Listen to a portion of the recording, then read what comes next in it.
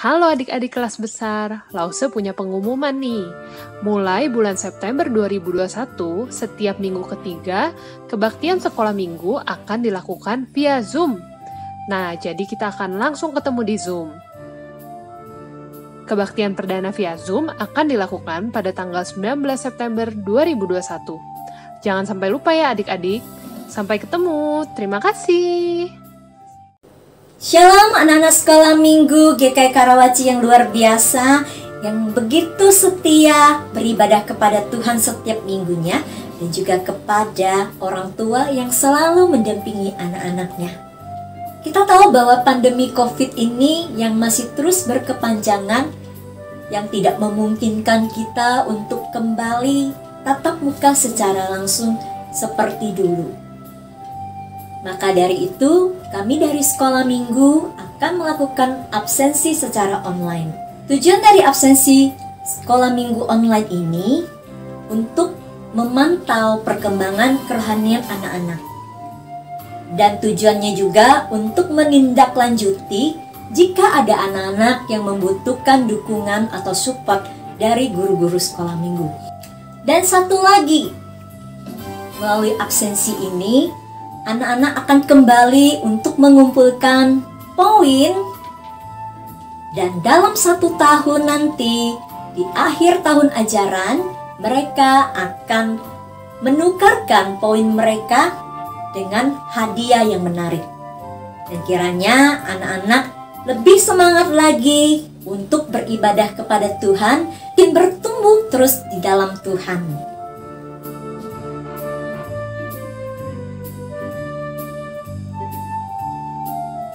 Cara yang pertama, kita bisa scan barcode yang ada di layar ini. Kita bisa scan barcode ini dengan aplikasi scanner, dan kita bisa scan barcode ini. Dan cara yang kedua yaitu melalui klik link yang ada di layar ini, dan link ini akan kita share juga melalui WA. Jika ada orang tua yang masih belum mendapatkan linknya, orang tua boleh WA secara langsung kepada lause-lausenya. Besar harapan kami agar Bapak Ibu bisa bekerja sama, bisa menolong anak-anaknya untuk setiap minggu mengisi absensi sekolah minggu ini, sehingga kami bisa terus memantau, dan besar harapan kami sekolah minggu pun bisa terus semakin maju, serta hubungan antara anak-anak dan juga guru sekolah minggu bisa semakin terjalin dengan baik. Tuhan Yesus memberkati. Amin. Shalom adik-adik semuanya, bersyukur kepada Tuhan kita bisa beribadah kembali. Tuhan memanggil kita untuk beribadah seperti di dalam Mazmur 100 ayat 3-4 menyatakan demikian. Ketahuilah bahwa Tuhanlah Allah, Dialah yang menjadikan kita, dan punya Dialah kita umatnya dan kawanan domba gembalaannya. Masuklah melalui pintu gerbangnya dengan nyanyian syukur, ke dalam pelatarannya dengan puji-pujian. Bersyukurlah kepadanya dan pujilah namanya. Kita mau bersama-sama datang kepada Tuhan, menyembah dengan ucapan syukur untuk anugerahnya setiap hari. Bapa, ku datang padamu. Kita akan sama-sama bersyukur kepadanya, Allah yang begitu baik dalam kehidupan kita.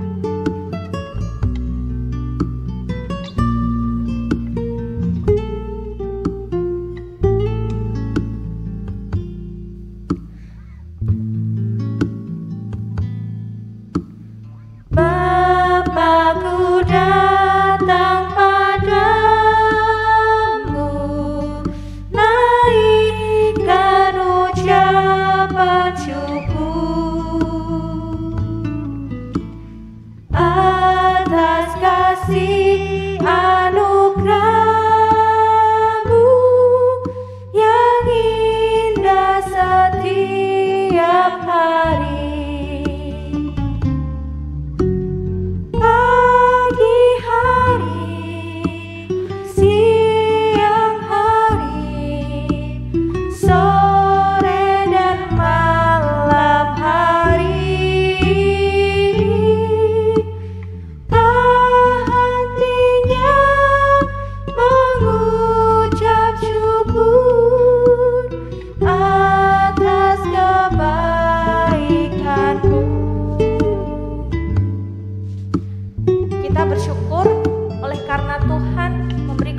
kesempatan kepada kita untuk datang kepadanya, menaikkan doa syukur kita. Bapakku datang padamu, naikkan ucapan syukur atas kasih anugerah-Mu yang indah setiap hari. Pagi hari, siang hari, sore dan malam hari, tak hentinya mengucap syukur atas kebaikan-Mu.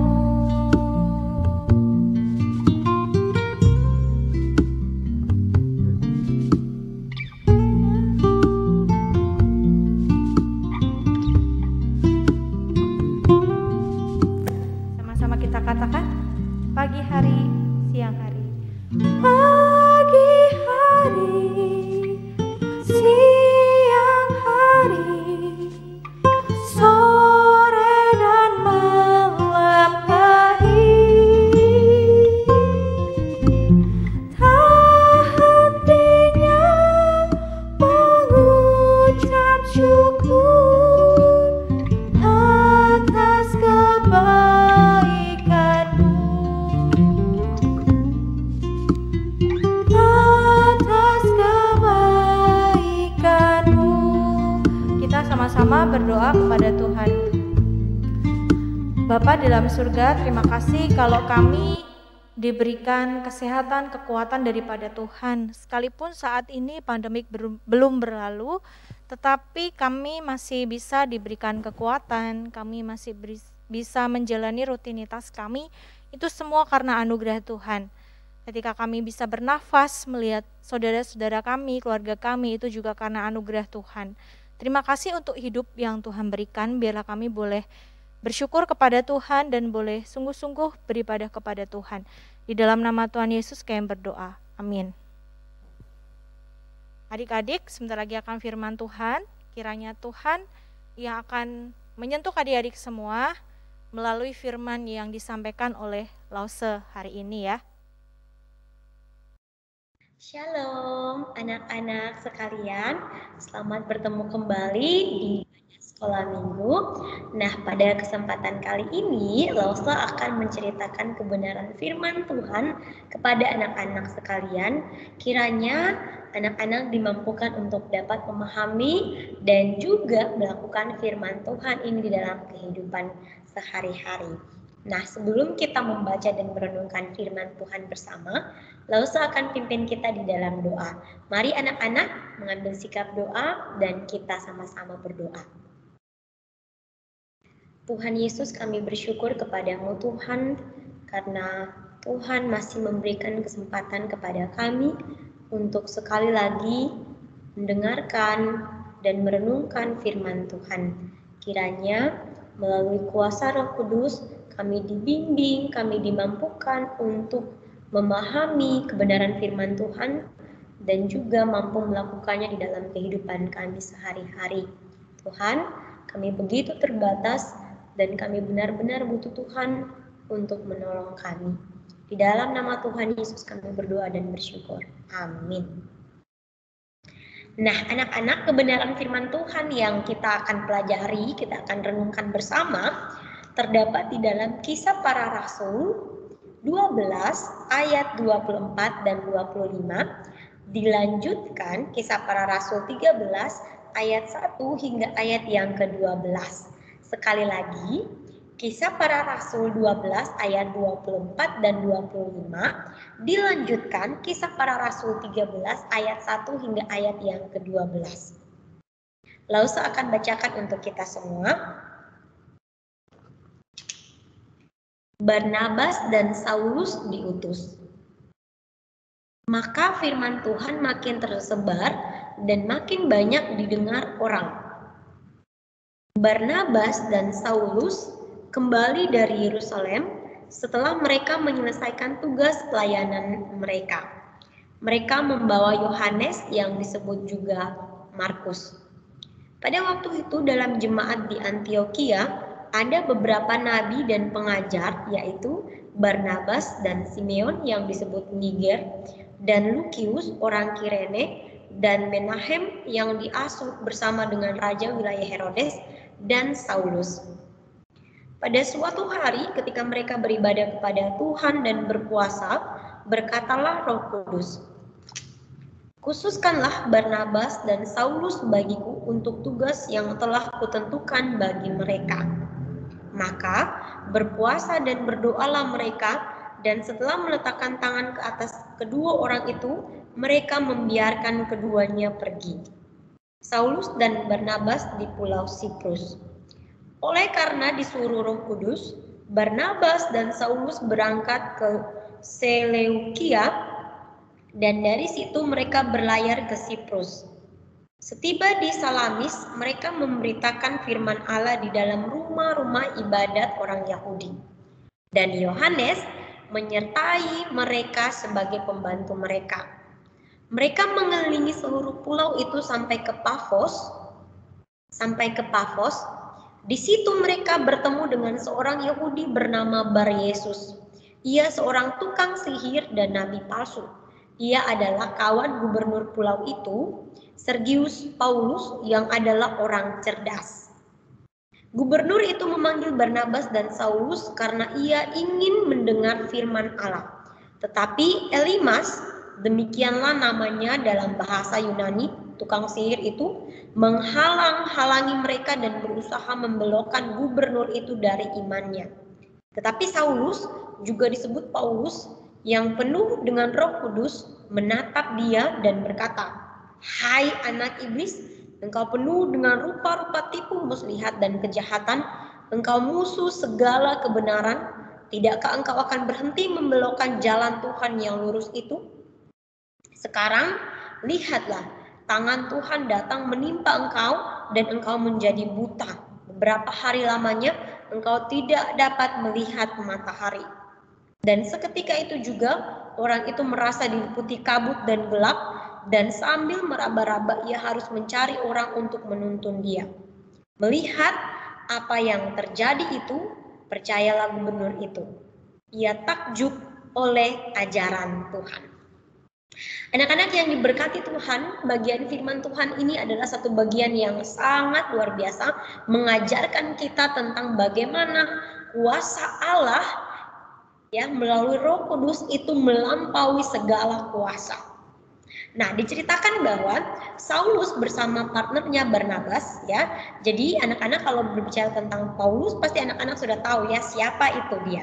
Jadi dia adalah rasul yang dipakai Tuhan dengan luar biasa. Tuhan memilihnya dari yang dulu dia adalah orang yang menganiaya, orang yang percaya kepada Tuhan, dipilih oleh Tuhan untuk menjalankan satu tugas yang mulia, memberitakan Tuhan kepada banyak orang. Anak-anak pasti sangat kenal dengan Rasul Paulus. Nah, sedangkan Barnabas ini siapa? Barnabas ini adalah salah satu pengajar di Antiokhia. Jadi kalau anak-anak membaca di pasal 13 ayat yang pertama itu diberitahukan bahwa atau dituliskan siapa itu Barnabas. Jadi dia adalah seorang pengajar di Antiokhia, dan dia bersama dengan rekan-rekannya berpuasa bersama juga dengan Saulus waktu itu. Dan ketika mereka berpuasa, mereka beribadah bersama, ada suara Roh Kudus yang meminta untuk Saulus dan Barnabas ini dikhususkan untuk menjalankan satu tugas yang mulia, untuk memberitakan Injil di Pulau Siprus. Jadi mereka dipilih, mereka dikhususkan, dan pada ayat yang ketiga mereka diberkati. Ada pribadi yang meletakkan tangan ke atas kedua orang itu, ke atas Saulus dan juga ke atas Paulus dan juga ke atas Barnabas, dan mereka berdua akhirnya berangkat ke Pulau Siprus. Apa yang terjadi di Pulau Siprus? mereka dituntun oleh Roh Kudus di dalam perjalanan itu. Hingga akhirnya mereka tiba di satu tempat ya yang bernama Salamis ya. Di situ terdapat koloni atau perkumpulan orang Yahudi, sehingga Paulus dan juga Barnabas dapat memberitakan firman Tuhan di rumah-rumah ibadat. Nah, ketika mereka berpindah dari Salamis, mereka mengelilingi Pulau Siprus itu, dan akhirnya mereka tiba di Pafos. Nah, Pafos ini adalah ibu kota dari Siprus, ya. Dan gubernur waktu itu yang memerintah adalah Sergius Paulus. Dan Sergius Paulus ini memiliki seorang teman, dikatakan di situ, atau kawan, yang adalah seorang tukang sihir, namanya adalah Bar-Yesus. Jadi ketika Paulus dan Barnabas tiba di Pafos, mereka tidak hanya bertemu dengan seorang gubernur yang dikatakan sangat cerdas, gubernur dari Pafos ini, tetapi mereka juga bertemu dengan teman dari gubernur ini, yaitu Bar-Yesus, ya, Bar-Yesus. Nah, anak-anak, ketika Paulus dan Barnabas bertemu dengan gubernur pun mendengarkan firman Tuhan. Ya, ia yang memanggil Barnabas dan Paulus untuk bisa mendengarkan firman Tuhan dari mereka. Ini adalah pekerjaan dari Roh Kudus yang membuat sang gubernur rindu untuk mendengarkan firman Tuhan. Tetapi sayangnya anak-anak, Bar-Yesus yang adalah tukang sihir ini berusaha keras untuk bisa ya membuat gubernur ini tidak mendengarkan firman Tuhan dengan baik, atau dikatakan bahwa si tukang sihir ini menghalang-halangi Paulus dan juga Barnabas dalam pemberitaan firman Tuhan dan berusaha untuk membelokkan iman dari gubernur. Coba anak-anak bayangkan ya, jikalau di dalam kehidupanmu kamu sedang rindu sekali untuk mendengarkan firman Tuhan, tetapi ada orang yang menghalang-halangimu, bagaimana perasaanmu? Tentu kamu berpikir bahwa ini hal yang harus saya hentikan, ya. Orang yang menghalang-halangi saya ini harus juga saya hentikan, sehingga saya bisa lebih fokus mendengarkan firman Tuhan. Nah, ketika anak-anak si tukang sihir melakukan tindakan ini, pada waktu itu kita bisa melihat dan kita bisa tahu dari pembacaan firman Tuhan ini bagaimana Roh Kudus bekerja. Ya, bagaimana Roh Kudus bekerja dalam melawan si tukang sihir ini.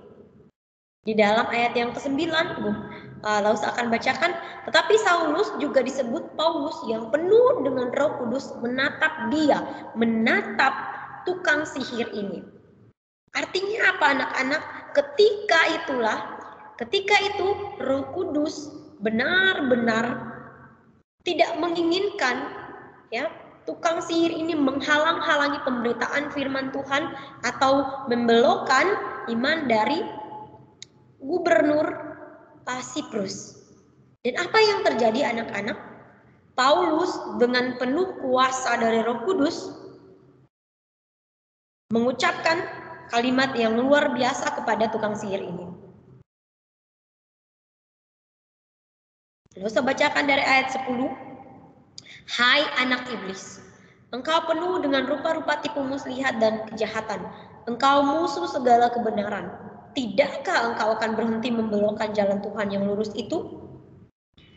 Teguran secara nyata, ya, peringatan secara nyata disampaikan oleh Paulus kepada tukang sihir ini, kepada Bar-Yesus ini. Dan kemudian dilanjutkan dengan hukuman yang harus diterima oleh Bar-Yesus atau tukang sihir ini. Ayat 11 mengatakan, sekarang lihatlah tangan Tuhan datang menimpa engkau. Ya, tangan Tuhan datang menimpa engkau dan engkau menjadi buta. Beberapa hari lamanya engkau tidak dapat melihat matahari. Sungguh satu peringatan yang benar-benar terlihat, ya. Peringatan yang langsung diberikan, ya, yang langsung diberikan kepada Bar Yesus atas tindakan yang dia lakukan. Artinya apa anak-anak? Artinya bahwa Roh Kudus itu tidak menghendaki orang menghalang-halangi pemberitaan Injil, pemberitaan kabar sukacita. Di sini kita melihat bahwa kuasa Allah, kuasa Roh Kudus itu sangat luar biasa, melampaui segala kuasa. Ya, si tukang sihir ini tentu dia punya kuasa di dalam ilmu sihirnya, tetapi itu tidak mampu mengalahkan kuasa Roh Kudus. Sampai akhirnya anak-anak kita melihat di ayat 11 bagian B hingga ayat yang ke-12, dan seketika itu juga orang itu merasa diliputi kabut dan gelap, dan sambil meraba-raba ia harus mencari orang untuk menuntun dia. Melihat apa yang telah terjadi itu, percayalah gubernur itu ia takjub oleh ajaran Tuhan. Kita melihat bahwa konsekuensi atau hukuman itu benar-benar ditimpahkan kepada tukang sihir ini. Dia benar-benar tidak bisa melihat. Dia benar-benar buta, ya, hingga dia membutuhkan tuntunan dari orang lain untuk membantunya berjalan. Sungguh satu hal yang sangat luar biasa mengajarkan kepada kita bahwa Roh Kudus punya kuasa, ya. Dan tidak ada kuasa yang melebihi kuasa Allah, melebihi kuasa Roh Kudus. Dan apa yang terjadi itu semakin menguatkan iman dari gubernur Pulau Siprus, ya. Sungguh luar biasa. Dan ia sangat takjub akan ajaran Tuhan. Artinya bahwa setelah si tukang sihir ini menerima konsekuensi akan tindakannya, Paulus dan juga Barnabas terus melanjutkan pengajaran firman Tuhan kepada gubernur, dan akhirnya gubernur semakin takjub, ya. Ia takjub akan kebenaran firman Tuhan yang diberitakan kepadanya. Nah, anak-anak, dari bagian firman Tuhan ini, Laus mau mengajak kita semua untuk berpikir bahwa di dalam kehidupan kita sehari-hari pun, ketika kita mau memberitakan firman Tuhan, ketika kita mau mengabarkan Injil kepada orang lain, ketika kita mau menyatakan kebenaran di tengah-tengah kehidupan kita, tentu kita tidak bisa terlepas dari tantangan, rintangan, cobaan, ujian, dan sebagainya. Tetapi ingatlah bahwa seperti Paulus dan Barnabas yang dituntun, yang disertai, yang dipenuhi oleh Roh Kudus, mereka mampu melewati tantangan-tantangan yang ada, maka kita pun demikian. Roh Kudus akan membantu kita semua untuk dapat melewati setiap tantangan-tantangan yang kita hadapi. Sehingga biarlah kita tidak takut, kita tidak ragu, kita tidak khawatir untuk memberitakan Injil di dalam kehidupan kita sehari-hari. Melalui apa? Melalui tindakan kita, melalui kata-kata kita, melalui kebiasaan kita di tengah-tengah keluarga. Ya, melalui ketaatan kita di masa pandemi ini, melalui ketaatan anak-anak dalam mengerjakan tugas sekolah atau tugas-tugas yang lain. Percayalah bahwa Roh Kudus akan menuntun anak-anak, memampukan anak-anak untuk mengerjakan semua itu. Dan di akhir, Laus mau mengajak kita semua untuk membaca satu bagian firman Tuhan yang kiranya dapat anak-anak hafal, anak-anak ingat, tanamkan dalam hatimu, dalam Mazmur 66 ayat yang ketiga. Katakanlah kepada Allah, betapa dahsyatnya segala pekerjaanmu. Sekali lagi, katakanlah kepada Allah, betapa dahsyatnya segala pekerjaanmu. Mari kita yakini bahwa segala pekerjaan Allah itu luar biasa. Dan tidak ada pekerjaan manusia yang mampu, ya, yang mampu membandingi atau yang mampu kita samakan dengan pekerjaan, dengan perbuatan dari Allah. Biarlah Tuhan menolong dan memampukan kita semua di dalam mengerjakan bagian firman Tuhan ini di dalam kehidupan kita sehari-hari. Mari kita berdoa.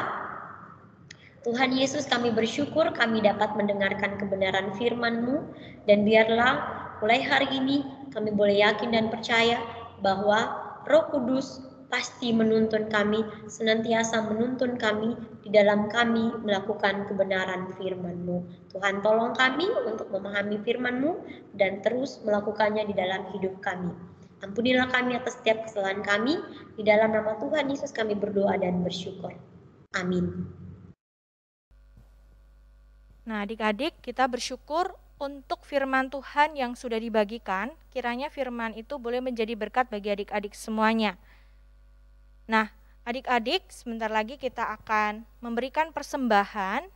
Ya, adik-adik bisa men-scan barcode nanti yang akan ditayangkan di layar, supaya adik-adik juga bisa memberikan persembahan kepada Tuhan ya. Apabila adik-adik mengalami kesulitan, bisa minta tolong papa mama untuk membantu adik-adik semuanya.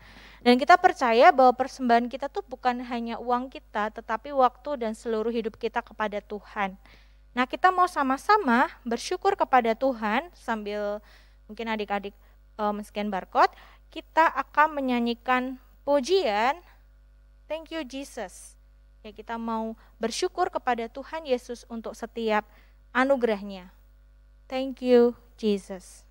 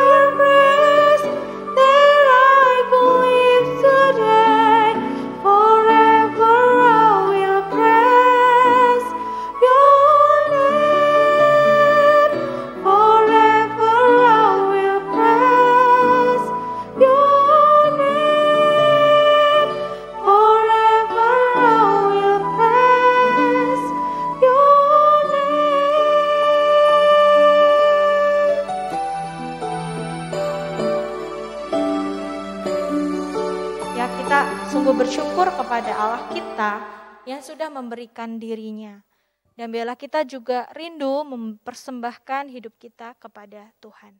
Nah, adik-adik, sebentar lagi bersyukur kepada Tuhan, kita sudah selesai untuk ibadah. Dan kita akan bersyukur kepada Allah Bapa kita yang sudah memberikan kekuatan, kesehatan di dalam hidup kita. Kita mau sama-sama bersyukur kepada Bapa kita. Bapa, terima kasih. Bapa, terima kasih. Bapa, terima kasih. Bapa,